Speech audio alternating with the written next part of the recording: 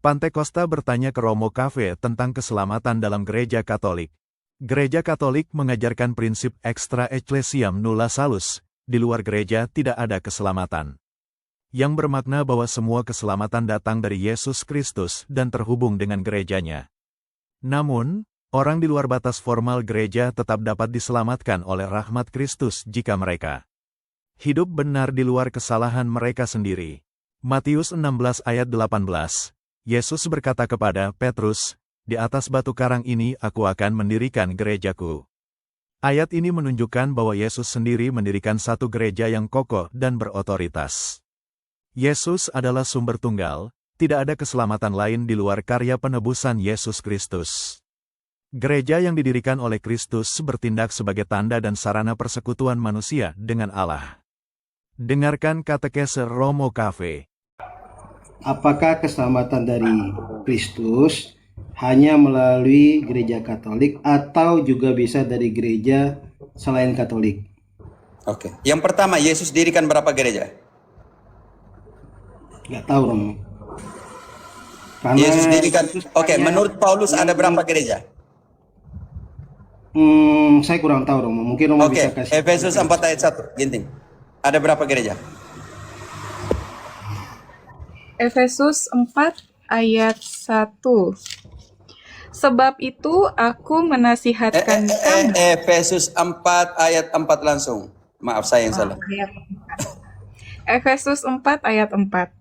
Satu tubuh dan satu roh, sebagaimana kamu telah dipanggil kepada satu pengharapan Oke. yang terkandung dalam panggilanmu. Di situ ada berapa tubuh di situ, saudara? Nggak ngerti, Romo. Coba jelaskan, Romo. Tidak, di situ dikatakan, saya bukan tanya tentang jelas atau tidak. Di situ dikatakan ada berapa tubuh. Coba ulang, Priska. Ya. Efesus 4 ayat 4. Satu tubuh. Cukup sampai di situ. Satu berapa? Satu apa situ? Satu tubuh, satu tubuh. Tubuh itu apa? Ratu siap, Kolose 1:18.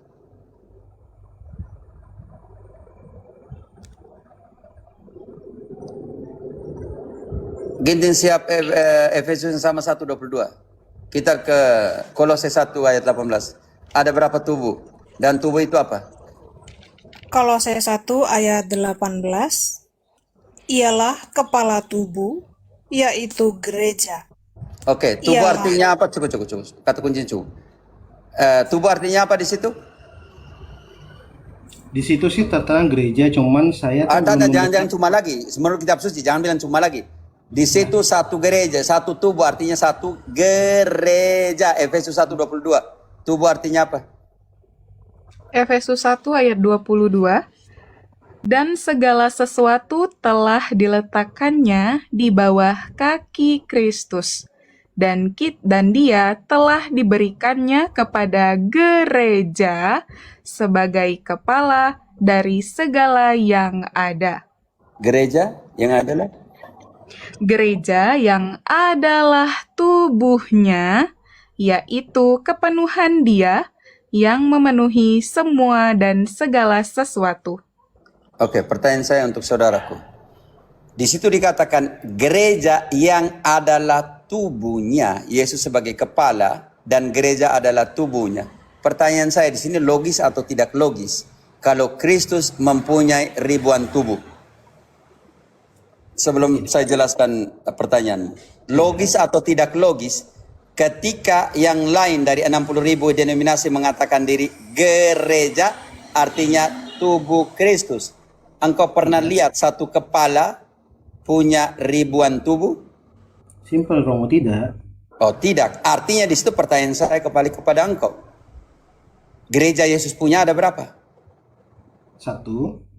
Kau tunjukkan secara biblis gereja Yesus punya. Secara biblis hanya satu. Saya bingung nih, Romo. Karena apa yang saya tanyakan, Romo jawabnya bingung gitu, Romo. Tidak bingung. Pertanyaan saya untuk Ginting. Ginting, kalian bingung? Pertanyaan saya untuk dia tadi membingungkan? Tidak, Romo. Apa Ginting jawabannya, Ginting? Logikanya begini. Apa Logikanya jawabannya, begini. Dari Berapa pertanyaan gereja yang Romo, didirikan apa oleh Kristus pertanyaan? kalau begitu?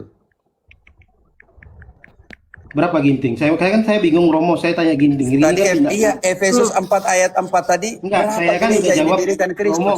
Saya sudah jawab, saya bingung karena Romo banyak tanya, tidak to the point. Ginting saya bingung. Begini, guru yang Bapak baik Niel, Ini Bapak Romo Niel supaya tolong bicara kondusif, dia. Bapak Niel. Bapak Niel tolong kondusif, ini di roomnya Romo, Ya saya ya. kondusif.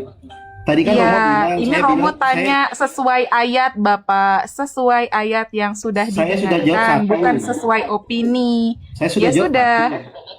Oke, Romo masih mempertanyakan. Saya bingung makanya. Ya, jangan bingung. Kalau saya kan sudah tadi jawab, Paulus Romo. sudah menjelaskan Saya sudah satu jawab. gereja. Ini kamu jangan ketawa-ketawa. Saya kan udah tanya Romo Ginting. Kamu enggak jawab. Tidak omongan saya. Oke. Kalau Iya kan? di Paulus bilang hanya satu gereja, satu tubuh, dan sekarang kita harus membuktikan bahwa Ratu Matius 16 ayat 18 di situ Yesus mendirikan berapa gereja?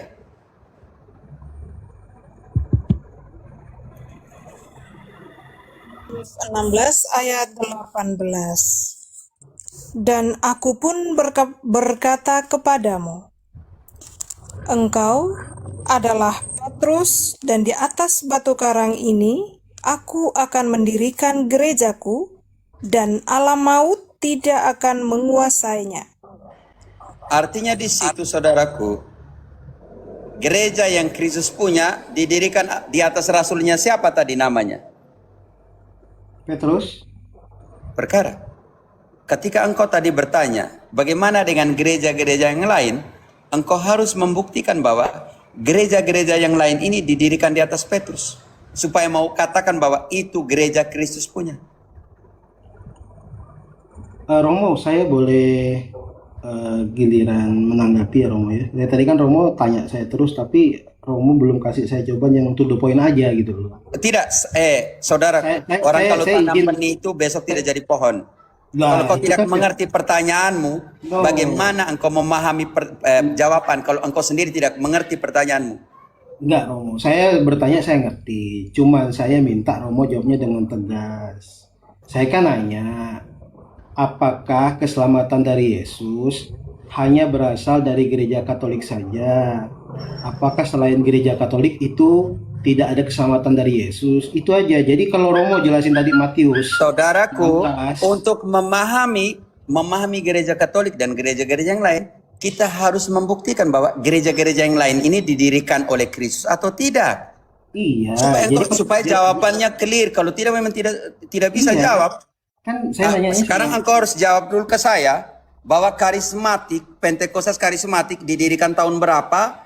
Yesus suruh siapa yang dirikan? Kau jawab dulu. Gini Romo ya, saya bingung sama Romo ini. Apa yang dipertanyakan tidak dijawab to the point. Frater, engkau jelaskan ke dia. Mungkin Iya. dia bilang saya tidak mau jawab to the point.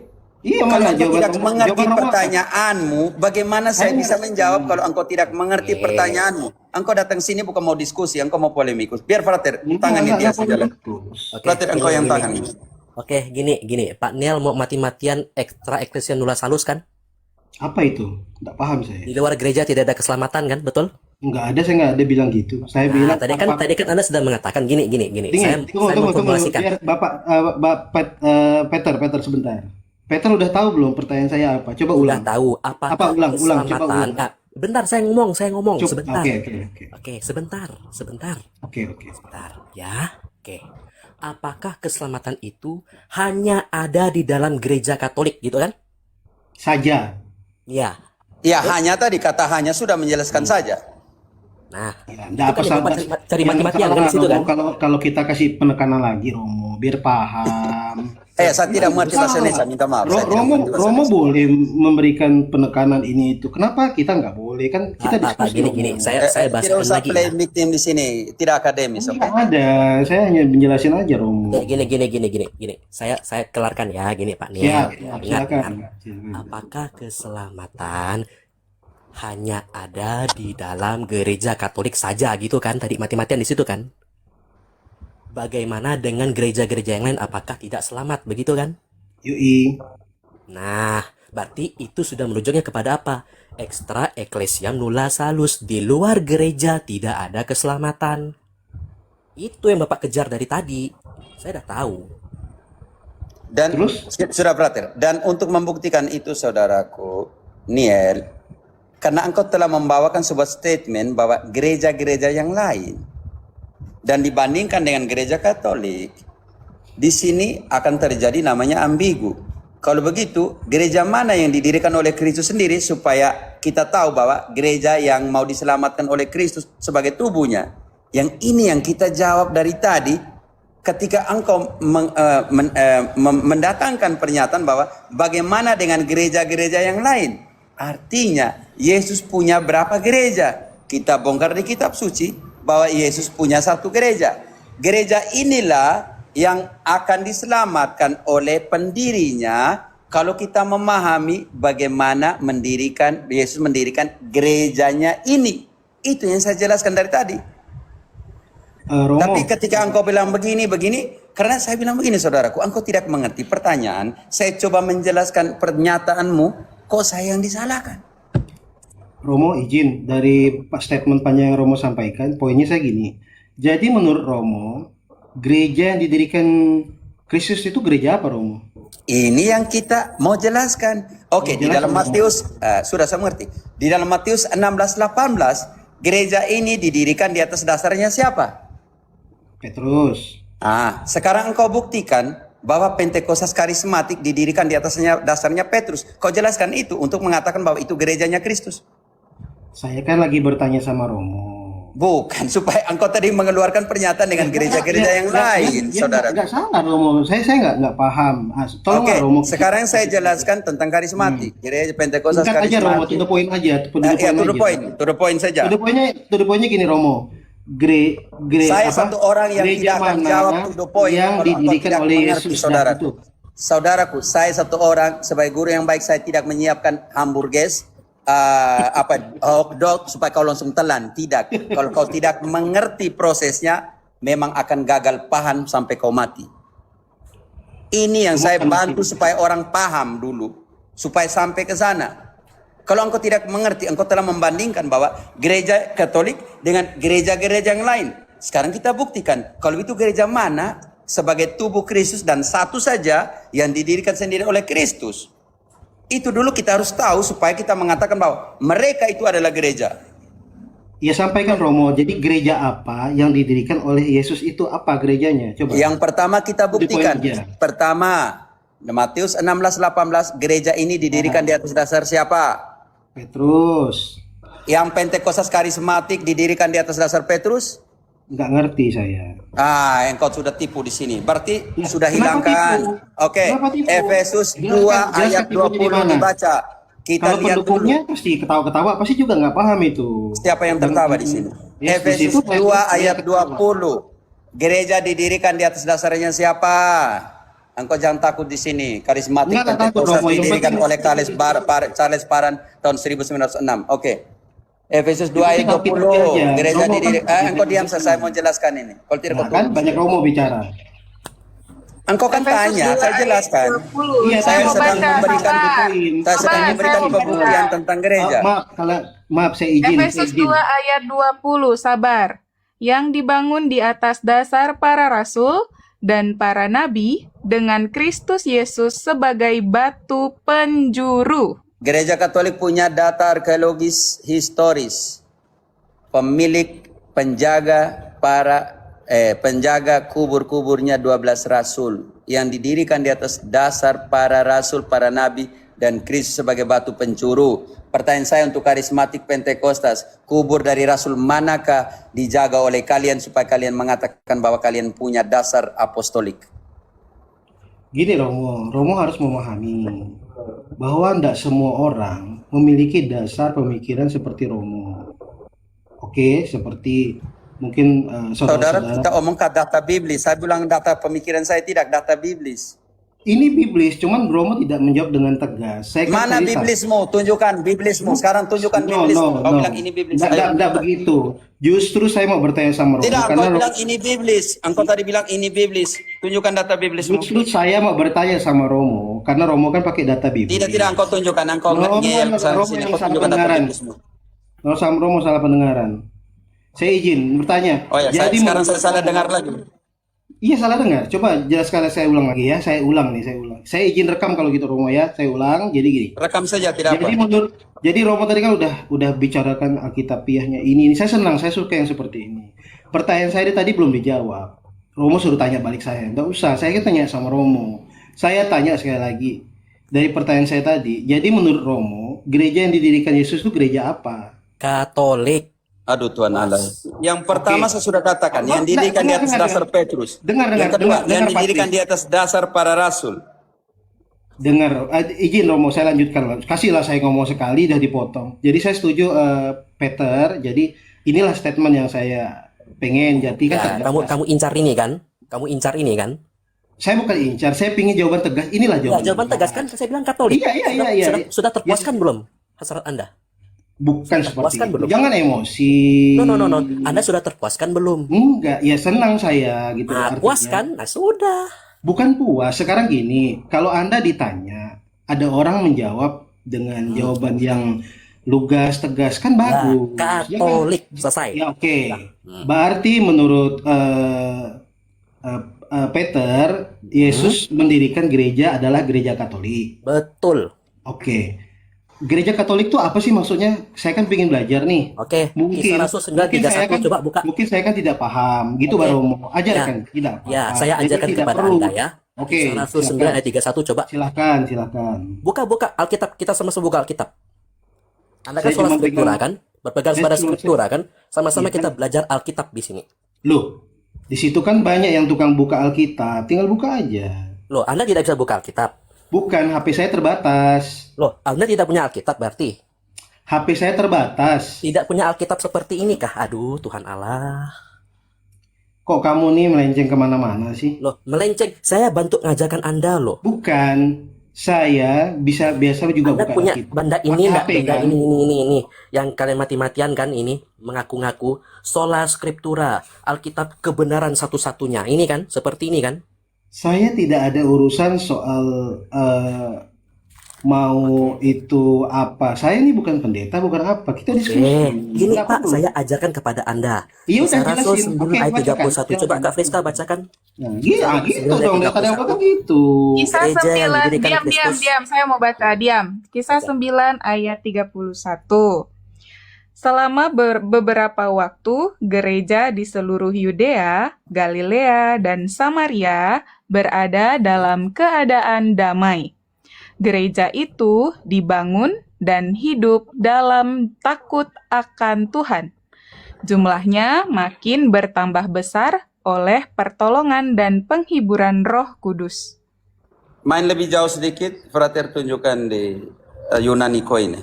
Yang bahasa yang ditulis oleh para rasul. Ya. Apa itu Yunani kok ini? Sudah, nanti dijelaskan oleh Frater, santai aja. Bentar, saya terangkan. Udah, kamu diam aja. Saya terangkan. Saya ajari kamu di sini. Oke, siap diajari, siap. Nih, Bentar ya, saya bukakan. Nih ya. Mana nih? Nah, oke, nih ya. Nih. Saya izin rekam ya, Romo ya. Terserah Maksudnya itu kamu biar record kamu apa mau kasih share gimana? Saya iya, saya izin. Saya makanya saya mau izin. Saya emosi, santai. silahkan biar saya Niel, ajar. buka kameramu supaya kami tahu mukamu seperti apa, Jo. Saya nggak usah on cam aja lah. Tidaklah, Sudahlah, kan satu enak kan jadi Protestan karismatik yang penuh dengan Roh Kudus kan tidak takut. Buka kameramu sambil. Enggak juga gitu Romo. Kalau memang buka Berarti semua. engkau tidak dipenuhi dengan Roh Kudus jadi pengecut begitu. Tidak? Enggak. Oke, santai saja. Oke, silakan. Mereka dipenuhi dengan Roh Kudus tapi penakut. Oke, Siap. silakan. Apa kata Frater. Romo lah? Apa kata Romo? Oke, diam ya. Kisah Rasul 9:31 Hemen on Ecclesia Katoles. Perhatikan dua kata di sini. Katoles dari kata-kata holos. Saya akan buka dalam skripturanya bahasa Yunani karena perjanjian baru ditulis dalam bahasa Yunani. Ya, biar saya bukakan di sini.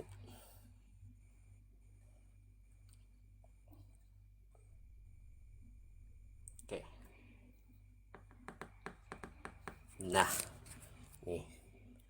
Gereja Katolik, kata Katolik atau kata holes, ya, kata dan holos, ya, nih, ya, Katolikos dalam bahasa Latin berarti Katolikus, berasal dari bahasa Yunani katolo dan holes, katoholos, yang berarti sarwa sekalian, secara seluruh.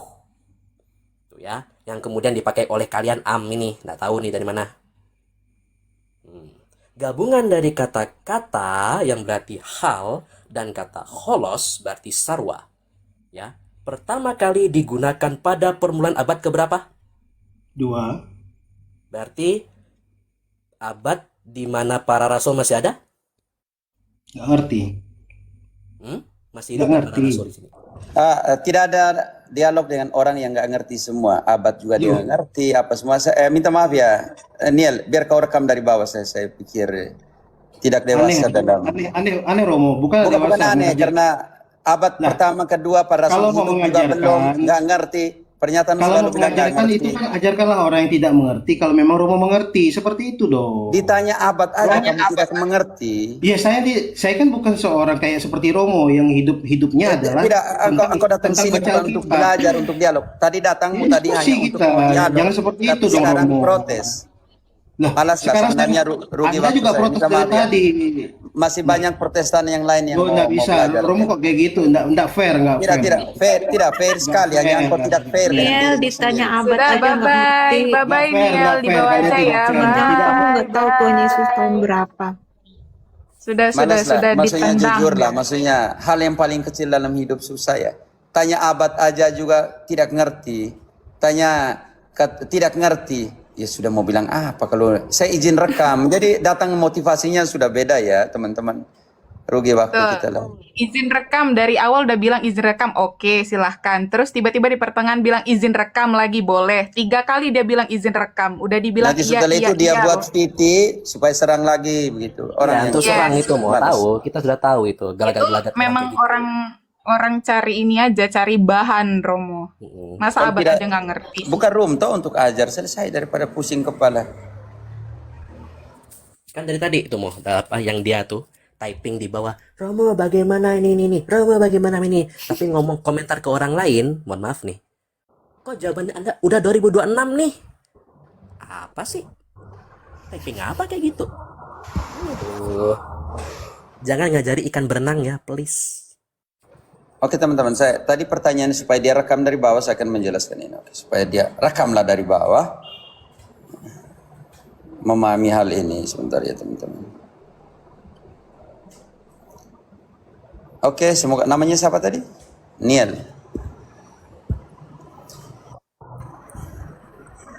Membedah Niel, faktor nama. keselamatan Alkitab dia dan peran gereja dalam teologi. Mari kita buat soteriologi dan eklesiologi di dalam perjalanan yang sama. Sebuah ketegangan teologis dalam kitab suci. Keselamatan pribadi, keselamatan personal. Sebab karena kasih karunia kamu diselamatkan oleh iman. Efesus 2, 8, 9, tapi lupa ayat 10, tapi tidak apa. Alkitab secara konsisten menekan inisiatif Tuhan dan respon iman individu sebagai syarat mutlak keselamatan individu. Oke. Bagaimana dengan ketegangan teologis dalam kitab suci sendiri yang mengatakan keselamatan komunal? Di dalam antitesisnya, oke? Di dalam kisah 2 ayat 47, dan tiap-tiap hari Tuhan menambah jumlah mereka dengan orang-orang yang diselamatkan. Sejarah dogma mencatat extra ecclesiam nulla salus, di luar gereja tidak ada keselamatan. Antara keselamatan pribadi dan antitesis adalah keselamatan komunitas. Bagaimana kita mendamaikan iman yang sangat personal dengan klaim mutlak sebuah institusi komunal. Karena pemahaman Protestantisme selalu iman keselamatan pribadi. Mereka tidak mau orang lain selamat, hanya dia yang selamat. Ini jadi persoalan besar. Oke, apa yang kita lihat sedikit di sini? Faktor keselamatan 3 pilar iman dalam Protestantisme.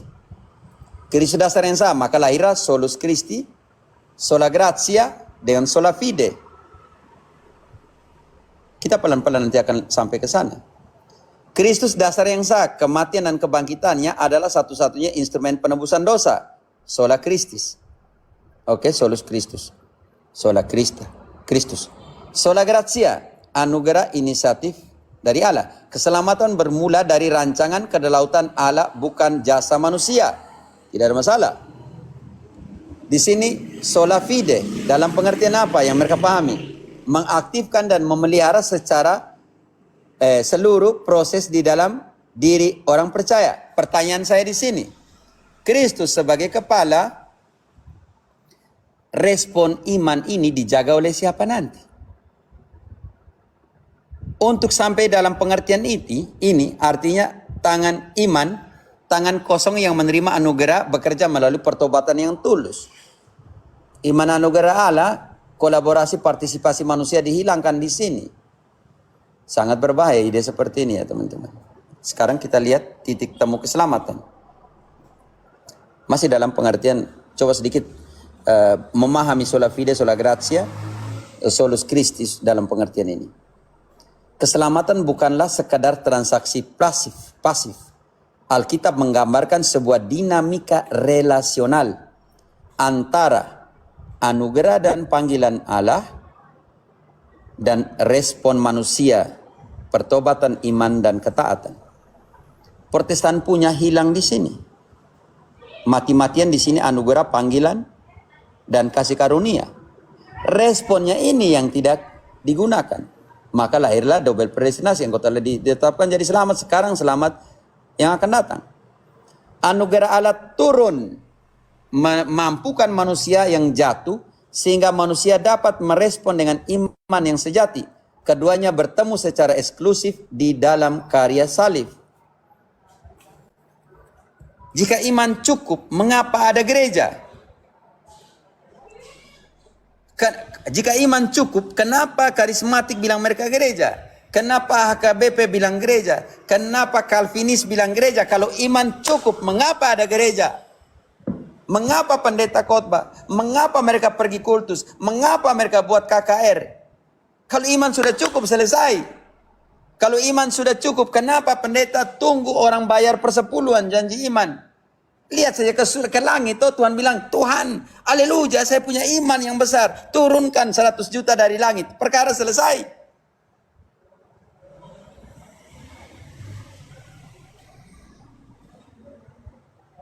Kalau iman sudah cukup, mengapa ada gereja? Sekarang kita lihat apa yang dikatakan oleh Bapak Gereja. Cyprianus dari Kartago, abad ke-3 mengatakan, tidak ada keselamatan di luar gereja, extra ecclesiam nulla salus. Beliau juga mengatakan, tidak ada yang bisa menjadikan Allah sebagai, tidak ada yang bisa menjadikan Allah sebagai, jika ia tidak menjadikan gereja sebagai ibunya. Allah sebagai Bapa, jika ia tidak menjadikan gereja sebagai ibunya. Ini pemahaman Cyprianus dari Kartago. Dilema teologis. Apakah ini berarti institusi, organisasi, hierarki memiliki kuasa untuk menyelamatkan jiwa manusia? Apakah dogma ini bertentangan dengan sola fide hanya oleh iman? Saya coba ambil kerangka berpikir Protestantisme. Tugas gereja itu tugas mulia. Karena itu didirikan di dasar para rasul. Gereja adalah fundamentasi dari kebenaran. 1 Timotius 3 ayat ke-15 dibaca. 1 Timotius 3 ayat 15. Jadi, jika aku terlambat, sudahlah engkau tahu bagaimana orang harus hidup sebagai keluarga Allah, yakni gereja dari Allah yang hidup, tiang penopang dan dasar kebenaran. Tadi AGS tanya, apa itu gereja di sini? Tiang penopang dan dasar kebenaran. Apa itu gereja? Keluarga dari Allah yang hidup. Apa itu gereja? Efesus menjelaskan sangat jelas. Efesus 1, 22, 23. Tubuhnya, kepenuhan dari seluruh eksistensi dari Kristus ada di gereja. Ini penting sekali. Karena itu bagaimana tugas gereja? Yang pertama, sebagai apa tadi? Tiang penopang dan dasar kebenaran. Penerus wahyu, Efesus 3 ayat ke-10. Penerus wahyu, penerus kebijaksanaan, tapi tidak tahu bahasa Indonesia menjelaskan seperti apa. Efesus 3 ayat 10. Efesus 3 ayat 10. supaya sekarang oleh gereja diberitahukan berbagai ragam hikmat Allah kepada pemerintah-pemerintah dan penguasa-penguasa di sorga. Oke, sekarang bantu dulu di ayat 21-nya. Kemuliaan Allah diberikan di dalam apa? Dan gini engkau siapkan juga 1 Korintus 12 ayat 28. Di dalam gerejanya punya hierarki atau tidak? Efesus 3 tadi, 21-nya dulu. Ayat 21, bagi dialah kemuliaan di dalam gereja dan di dalam Kristus Yesus turun-temurun sampai selama-lamanya. Amin. Kemuliaan Allah diberikan di dalam gereja dan Kristus turun-temurun sampai selama-lamanya. Amin. Di situ dikatakan ada kata amin atau tidak di situ, Ratu? Ada, Romo. Ada, engkau tidak baca amin, atau engkau baca? Saya baca, Romo. Oke, saya yang salah. Kalau begitu, di dalam gerejanya ini punya struktur atau tidak? 1 Korintus 12 ayat 28. 12 ya, bukan 11. 1 Korintus 12 ayat 28. Dan Allah telah menetapkan beberapa orang dalam gereja. Dalam apa? Pertama, gereja. Dalam gereja. Pertama siapa? Sebagai rasul. Yang kedua? Kedua, sebagai nabi. Ketiga? Ketiga, sebagai pengajar. Magister. Selanjutnya? Selanjutnya, mereka yang mendapat karunia untuk mengadakan mujizat, untuk menyembuhkan, untuk melayani, untuk memimpin, dan untuk berkata-kata dalam bahasa roh. Karena itu jangan buat gereja seolah-olah Tuhan angkat kau jadi pendiri. Tidak ada di situ. Dia yang menetapkan skema, struktur, hierarki, semuanya itu. Karena itu pertanyaan di sini. Pertanyaan di sini. Apa sih tugas dari gereja? Gereja sebagai wahana pelestarian. Badai dunia penghukuman atas dosa dan maut ini di baktera, oke? Sang penyelamat Tuhan. Tuhanlah yang merancang baktera dan menutup pintunya, bukan baktera itu sendiri yang menyelamatkan. Ini penting sekali. Dan di atas baktera ini dia punya siapa yang harus menjadi nakoda, menjadi penjala manusia, siapa? Di dalam Lukas 5 ayat ke-10, di situ ada Yohanes dan Yakobus, tapi dia hanya katakan kepada Petrus untuk menjala.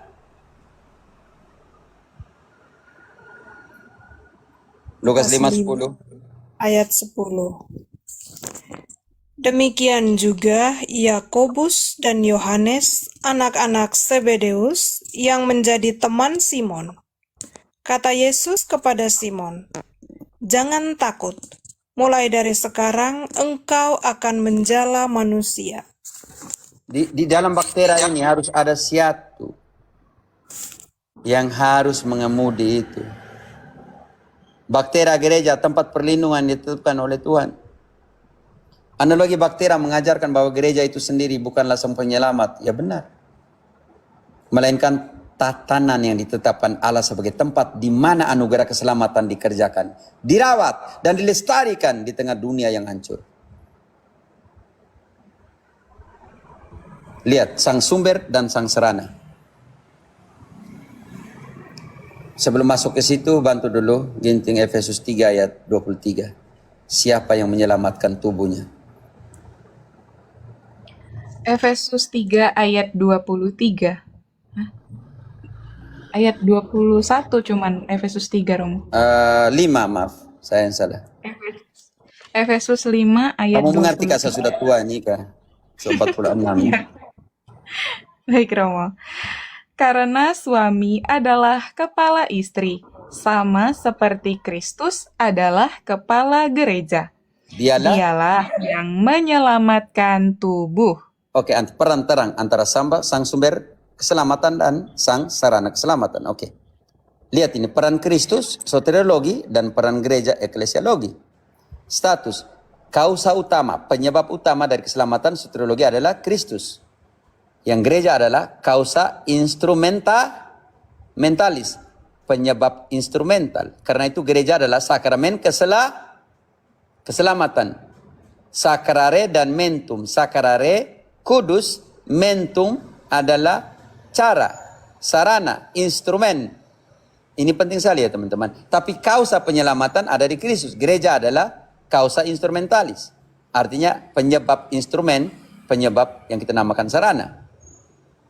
Kristus gunakan sarana ini. Ini yang tidak dimengerti oleh Protestan. Tindakan menebus dosa dengan darahnya sendiri. Ditebus dalam dalam Ibrani 10 ayat 10, satu kali untuk selamanya. Peran gereja memberitakan dan merawat iman. Ini yang kalian bagaimana di sini? Kalian harus memberi mereka makan, kata Yesus kepada para rasul. Karena itu dengan ketika banyak doktrin yang lain, kalian harus menjaga imanmu.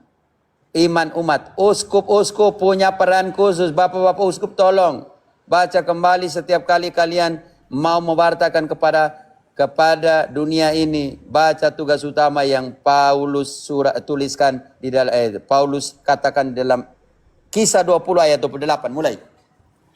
Bagaimana memberitakan dan merawat iman. Bapak uskup tolong para rasul nih.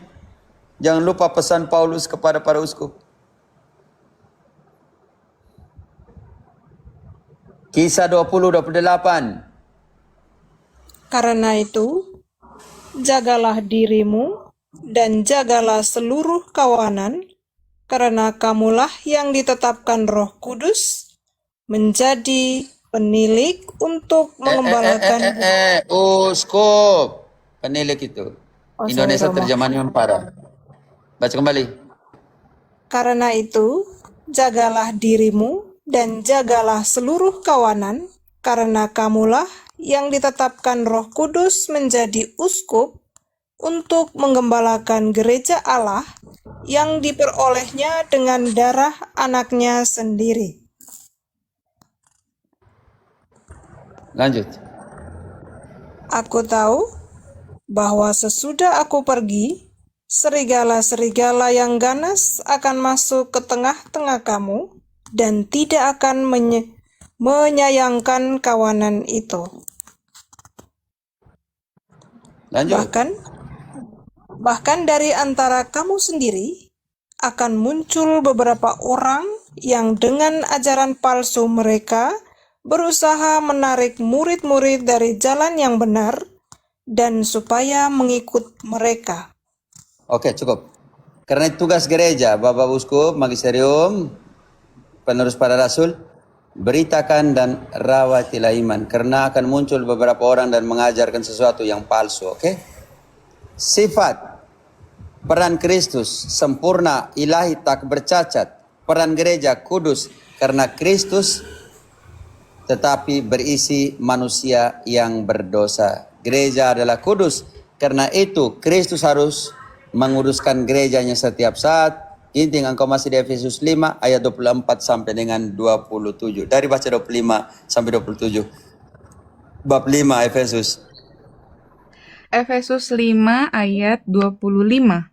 Hai suami, kasihilah istrimu sebagaimana Kristus telah mengasihi gereja dan telah menyerahkan dirinya baginya untuk menguduskannya, sesudah ia menyucikannya dengan memandikannya dengan air dan firman, supaya dengan demikian ia menempatkan gereja di hadapan dirinya dengan cemerlang, tanpa cacat atau kerut, atau yang serupa itu, tetapi supaya gereja kudus dan tidak bercela. 31. Sebab itu, laki-laki akan meninggalkan ayahnya dan ibunya, dan bersatu dengan istrinya, sehingga keduanya itu menjadi satu daging. Paulus sedang menjelaskan eklesiologinya dengan komparasi hubungan antara laki-laki dan perempuan, suami dan istri, satu tubuh. Oke, sekarang misteri ini tentang apa ayat 32? Rahasia ini besar, tetapi yang aku maksudkan ialah hubungan Kristus dan gereja. Sifat yang ke 1, 2, 3, 4, otoritas, hierarki. Peran Kristus, pemilik dan pemberi keselamatan. Peran gereja, pengurus. Misteri keselamatan. Karena itu di dalam gerejanya dia menetapkan ini yang telah kita baca dalam 1 Korintus 12 ayat 28. Di dalam gerejanya dia juga menetapkan dalam Efesus 4 ayat ke-11 12 dia menetapkan siapa-siapa saja di situ. Ada 5 ministerial. Ada 5 pelayanan di dalam gerejanya. Baca dulu di dalam ayat 4 gereja, satu gereja cukup satu tubuh tadi. Efesus 4 ayat 4 cukup satu tubuh. Efesus 4 ayat 4, satu tubuh. Selesai, cukup. Di dalam satu tubuh ini punya struktur ayat 11-12. Dan ialah yang memberikan baik rasul-rasul maupun nabi-nabi, pemberita-pemberita Injil, maupun gembala-gembala dan pengajar-pengajar. Supaya, lanjut. Untuk memperlengkapi orang-orang kudus bagi pekerjaan pelayanan, bagi pembangunan tubuh Kristus. Lanjut, sampai. Sampai kita semua telah mencapai kesatuan iman dan pengetahuan yang benar tentang anak Allah, kedewasaan penuh dan tingkat pertumbuhan yang sesuai dengan kepenuhan Kristus. Sehingga kita bukan lagi anak-anak yang diombang-ambingkan oleh rupa-rupa angin pengajaran, oleh permainan palsu manusia dalam kelicikan mereka yang menyesatkan. Oke, cukup. Gereja tidak pernah mencuri kemuliaan Kristus. Gereja adalah alat utama yang dipakai Kristus untuk mendistribusikan anugerahnya. Kita lihat metafora prisma mendistribusikan terang. Kalau ada prisma di sini, Kristus, anugerah keselamatan dibiaskan. Kalau kita melalui prisma, dia akan membias. Firman, pewartaan Injil, memanggil orang berdosa. Ingat di sini, biasan pertama di sini yang kita namakan, tolong, di dalam sifat gereja, di sini kita lihat di Kisah 2 ayat ke-42, firman.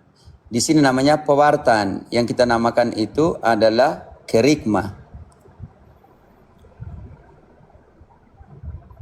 Kisah 2, 42. Kisah 2 ayat 42. Mereka bertekun dalam pengajaran Tahan rasul-rasul. dulu, Nona, di pengajaran para rasul dulu, cukup, sampai di situ. Mereka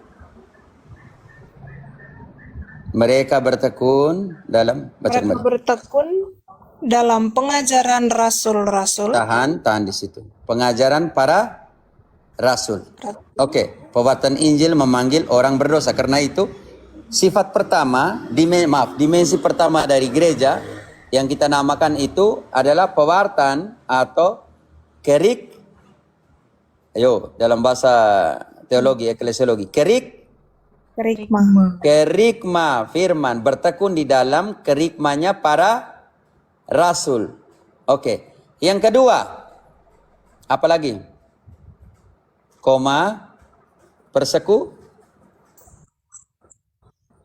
Ratu. Dan dalam persekutuan. Tahan dulu, dalam persekutuan yang kita namakan ini komunitas, koinonia, disiplin kasih dan saling menanggung beban antara jemaat atau di dalam komunitas. Ini loh dimensi dari gereja. Yang ketiga, lanjut. Dan mereka selalu berkumpul untuk memecahkan roti dan berdoa. Di sini sakramen penting sekali, pembaptisan dan perjamuan kudus sebagai materi iman yang terlihat dalam pengertian ini di dalam dimensi pertama, yang ada kita lihat di kisah itu, oke? Lihat di situ, mereka buat apa di situ? Dibaptis di bab 2 ayat ke-38, 39, perjamuan kudusnya di bab 2 ayat 42 dan doa dan apa? Memecahkan roti dan Doa dan berdoa. memecahkan dan berdoa. Dan lompat ke ayat 46, pemecahan roti atau tidak, sakramen atau tidak. Teman-teman, jangan lihat, oh ini Protestan punya. Tidak, kita analisa di sini dalam pengertian kisah para rasul supaya kita mengerti 5 dimensi gereja. Di sini masih 4, nanti saya tambahkan 1 dimensi lagi, oke. Ayat 46. dengan bertekun dan dengan sehati mereka berkumpul tiap-tiap hari dalam bait Allah. Mereka memecahkan roti di rumah masing-masing secara bergilir dan makan bersama-sama dengan gembira dan dengan tulus hati. Oke, dimensi apa lagi di dalam gereja? Ayat 44 yang kita namakan diakonia. Dan semua orang yang telah menjadi percaya tetap bersatu, dan segala kepunyaan mereka adalah kepunyaan bersama.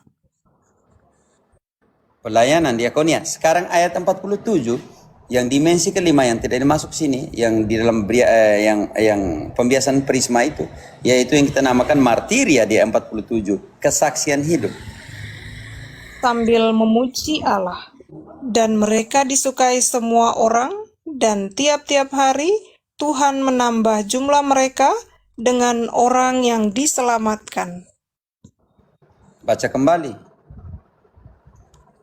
Sambil memuji Allah, dan mereka disukai semua orang, dan tiap-tiap hari Tuhan menambah jumlah mereka dengan orang yang diselamatkan. Sambil memuji Allah dan disukai semua orang, karena kalau disukai semua orang ya harus lihat apa yang mereka lakukan tiap hari. Oke teman-teman, ini penting sekali bahwa gereja tidak pernah mencuri kemuliaan Tuhan. Gereja adalah alat utama yang dipakai oleh Kristus untuk mendistribusikan anugerahnya.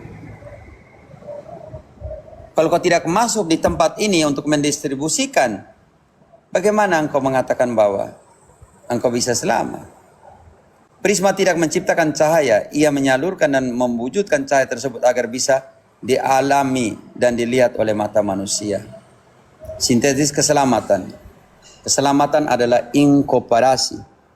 Kristus kepala, gereja sebagai tubuhnya. Keselamatan bukanlah sekedar tiket pribadi menuju surga. Keselamatan adalah proses pencangkokan, inkorporasi roh yang mati ke dalam sebuah organisme spiritual yang hidup. Karena itu di dalam ayat 47 tadi, Allah menambahkan ke dalam gereja dengan orang-orang yang disela. Baca kembali ayat 47. Kalau kau tidak masuk ke sana bagaimana? Sambil memuji Allah, dan mereka disukai semua orang. Dan tiap-tiap hari Tuhan menambah jumlah mereka dengan orang yang diselamatkan. Di dalam terjemahan asli, Tuhan menambahkan ke dalam gereja dengan orang-orang yang diselamatkan. Jadi gereja adalah sakramen keselamatan. Oleh karena itu iman pribadi dan keanggotaan gereja tidak bisa dipisahkan. Gereja yang mana? Ini menjadi pertanyaan besar. Gereja yang mana? Kristus kepala. Kita nih bukan gereja, kita nih anggota gereja. Di dalam 1 Korintus 12 ayat ke-13, kita jadi dari ayat 12, ayat 13-nya dibaptis untuk menjadi anggota, bukan untuk menjadi gereja. 1 Korintus 12 ayat 12. Karena sama seperti tubuh itu satu, dan anggota-anggotanya banyak, dan segala anggota itu, sekalipun banyak, merupakan satu tubuh. Merupakan satu tubuh. Tubuh itu apa? Gereja. Oke, sekarang engkau dan saya ini anggota. Untuk jadi anggota dalam gereja yang satu itu, lanjut. Demikian pula Kristus. Sebab dalam satu roh kita semua, baik orang Yahudi maupun orang Yunani, baik budak maupun orang merdeka, telah dibaptis menjadi satu tubuh. Dibaptis menjadi satu tubuh. Tubuh artinya apa secara biblis? Gereja. Artinya dibaptis dalam satu gereja. Makan tadi si Niel tadi mengatakan bahwa yang gereja-gereja yang lain, saya bingung dulu. Yang pertama, dia harus clearkan gereja itu apa? Ada satu atau banyak? Kristus sebagai kepala. Makanya saya tanya dia, engkau bisa bayangkan satu kepala dengan ribuan tubuh? Bingung. Kepala Kristus, sel, anggota tubuh kita orang percaya ini yang dibaptis, dan tadi situ darah anugerah keselamatan. Kita ambil pakai teologi tubuh sedikit dalam melihat eklesiologi. Oleh karena itu, iman pribadi dan keanggotaan gereja tidak bisa dipisahkan. Menjadi pengikut Kristus secara otomatis berarti dihubungkan dengan seluruh anggota tubuhnya yang lain. Di luar tubuh, sel tidak dapat bertahan hidup. Inilah yang dinamakan, Cyprianus bilang, Ecclesia nulla salus. Di luar gereja, extra ecclesia nulla salus. Di luar gereja tidak ada keselamatan. Kenapa? Karena sel ini tidak akan bisa hidup di luar tubuh. Kita dibaptis untuk menjadi anggota dari satu tubuh.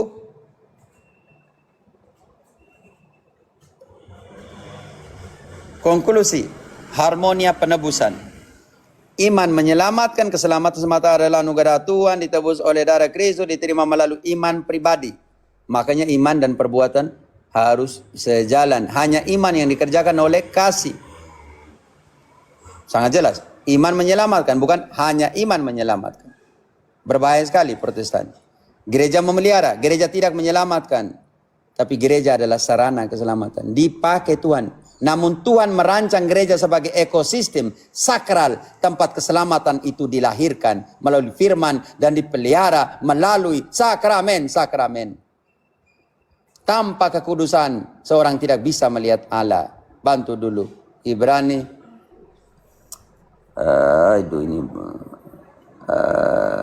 Coba 4 ayat 16. Tolong bantu teman-teman. Ibrani 12:14. Ibrani 12 ayat 14. Berusahalah hidup damai dengan semua orang dan kejarlah kekudusan. Sebab tanpa kekudusan, tidak seorang pun akan melihat Tuhan. Kejarlah kekudusan. Sebab tanpa kekudusan, orang tidak bisa melihat Allah. Supaya engkau bisa melihat Allah, engkau harus kudus. Maka gereja memelihara. Melalui apa? Melalui firman dan sakramennya.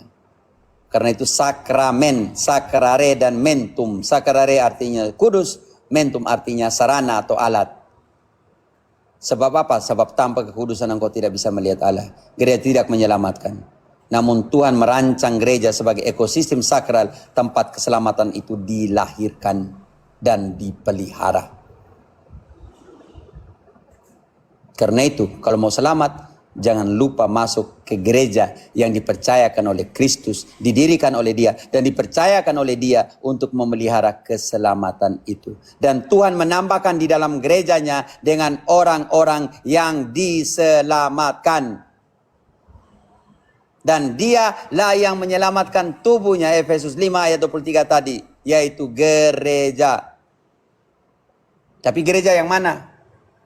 Kesatuan utuh. Menolak gereja dengan dalih iman pribadi adalah ketidakpahaman terhadap hakikat keselamatan. Kita diselamatkan sebagai individu untuk menjadi bagian dari satu tubuh yang Kristus, yang kudus, yang punya hierarkisnya. Dia menetapkan siapa jadi rasul, siapa jadi nabi, siapa jadi magisterium yang telah kita bahas tadi. Karena itu teman-teman, bukan tidak mau menjawab langsung yang mau dibutuhkan oleh Niel, langsung, instan, ini, jawab tegas langsung. Kau pikir saya orang bodoh? Ada proses supaya kau bisa mengerti. Yang pertama kau harus mengerti gereja itu apa dulu. Ini langsung. Sudah kau tanya orang lain, toh kalau begitu. Kau buat saya bodoh saya hari ini.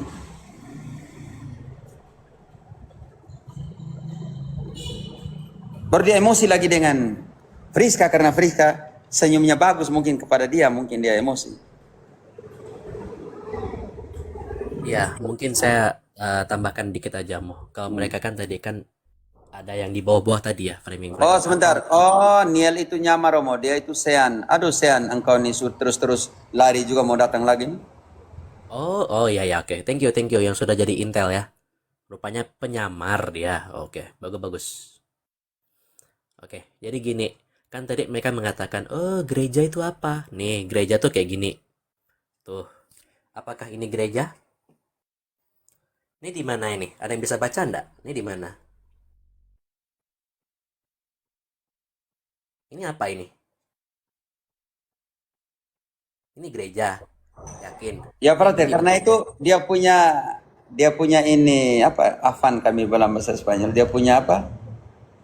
Orang yang tergesa-gesa itu Afan ya. Maksudnya dia punya motivasi hanya satu, rekam. Saya rekam ya, izin rekam ya, supaya dia bisa framing tempat lain. Karena orang-orang begini tidak tahu ya teman. Tuhan Allah, engkau maafkan saya, tapi saya mau katakan satu orang seperti ini namanya pembodohan bagi saya. Ya, ya. Nih, saya tunjukkan juga satu lagi. Ini Oh, itu oke. Yang tanya, Sean itu mau pertanyaan sama di PT-nya Romo Patris. Oh, Sean, engkau nih. Jujur, makanya saya bilang kau punya kamera supaya saya kenal engkau. Kan engkau dipenuhi dengan Roh Kudus kan tidak takut. Masa sih orang yang dipenuhi dengan Roh Kudus takut? ya. Dan juga ini ya teman-teman ya, ini satu. Ini gereja yang sungguh indah ya, sungguh indah, berada di komplek sebuah tempat perbelanjaan ya. Jadi gereja itu berada di tengah-tengah tempat perbelanjaan. Bagus, sangat bagus karena sangat biblis sekali. Nggak tahu di kitab mana ya. Dan di tempat lain, di tempat yang sama ya. Nih, masih juga di tempat yang sama. Kebetulan akhir kemarin bulan Mei ini tempat ini sudah diganti. Nah, nanti akan saya fotokan tempat barunya apa namanya. Jadi ini si pendirinya ini, nih, nah ini pendiri dan gembala sidangnya ini si namanya baca sendiri lah ya teman-teman ya. Nah, apa misinya dia? Mempersiapkan ini, dan siap kemana? Wow, ajudan surga berarti, ajudannya Petrus. Ada tiketnya berarti. Beli tiket dong. Ya, udah punya tiket berarti mereka nih, bagus. Berarti sudah kenal dekat dengan Petrus berarti mereka nih. Luar biasa. Ya, jadi gereja itu didirikan di atas tempat perbelanjaan. Nih, ya. Tuh. Bangga enggak teman-teman? Bangga, saya promosi loh ini. Saya lagi promosi. Ya. Ya bisa jadi Rasul Petrus itu datang ke sini. Oh, ini gereja ya. Wow, bagus banget. Kok dekat tempat perbelanjaan sih? Nah, itu. Ya, hebat banget ya. Hebat banget ya. Sekalian juga saya promosiin apa yang mereka banggakan di situ. Ya. Strategi sekali loh, Frat. Karena nanti Memang sangat ya. strategis, Kak. Jadi, Kak, ini tempat ini nanti saya akan videokan lah ya. Nanti di kapan waktu ya. Nanti akan saya videokan. Jadi gini. Di komplek mall itu, mall ya, saya langsung kasih kata-kata mall ya. Mall itu ada 3 jenis gereja. Silakan pilih. Anda mau yang rasa stroberi, mau rasa coklat, mau rasa vanila, terserah. Suka-suka Anda. Makanya ada lagu kan? Suka-sukamu Tuhan. Nah, itulah dia. Oh, iya. Itulah dia lagu Betul. andalan mereka itu. Suka-sukamu Tuhan. Aduh. Ya, itu ya teman-teman ya. Jadi saya sudah buka dimensi-dimensi dan salah satu dimensinya adalah bahwa di tempat perbelanjaan ada juga yang namanya sebuah gereja. Oh, gereja yang kayak ruko itu ya? Wow. Gereja itu ruko. Oh.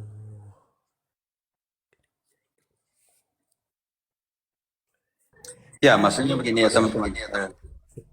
Kembali lagi ke konsep tadi. Maksudnya sayanya yang pertama, dia mau jawaban instan. Kalau dia tidak mengerti, dia mau mengkooperasikan gereja Katolik dengan gereja-gereja yang lain, kita harus jelaskan dulu. Gereja yang lain ini siapa punya? Gereja yang lain ini siapa punya? Ini pertanyaan besar untuk kita semua. Kalau kita tidak tahu bahwa gereja Katolik kita bilang didirikan oleh Kristus kita aja. Tapi mereka juga harus jawab, gereja mereka punya didirikan oleh siapa?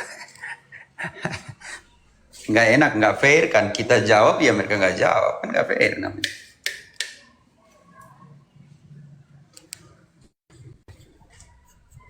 Sime, Iya, dan juga gini Mo, kalau saya lihatnya Mo ya. sime nah. Tadi ada sudah ¿Dónde saya estás? Tuh. Ya, silakan, silakan. Jadi Maksudnya teman-teman, saya bukan karena tidak mau menjelaskan, tapi struktur penjelasan lah, maksudnya lebih logis sedikit. ya, Enak-enak kita sudah jelaskan. Dia maunya langsung to the point, to the point, to the point, to the point. Mana? Kalau kau tidak mengerti, mau to the point dulu. Engkau harus mengerti pertanyaanmu pertama lah. Kalau kau tidak mengerti pertanyaanmu, gimana to the point? ya karena mungkin dipikirnya gini Mo. Kalau saya lihat ya tipikal Baru orang selalu jawabannya, saya tidak mengerti. Apa saya tidak? saya tidak tahu. Nah, itu. Oh, silakan, maaf tersebut. Saya tidak tahu, semua saya tidak tahu ya sudahlah kalau gitu. Tapi saya tidak tahu, tapi protes. Iya.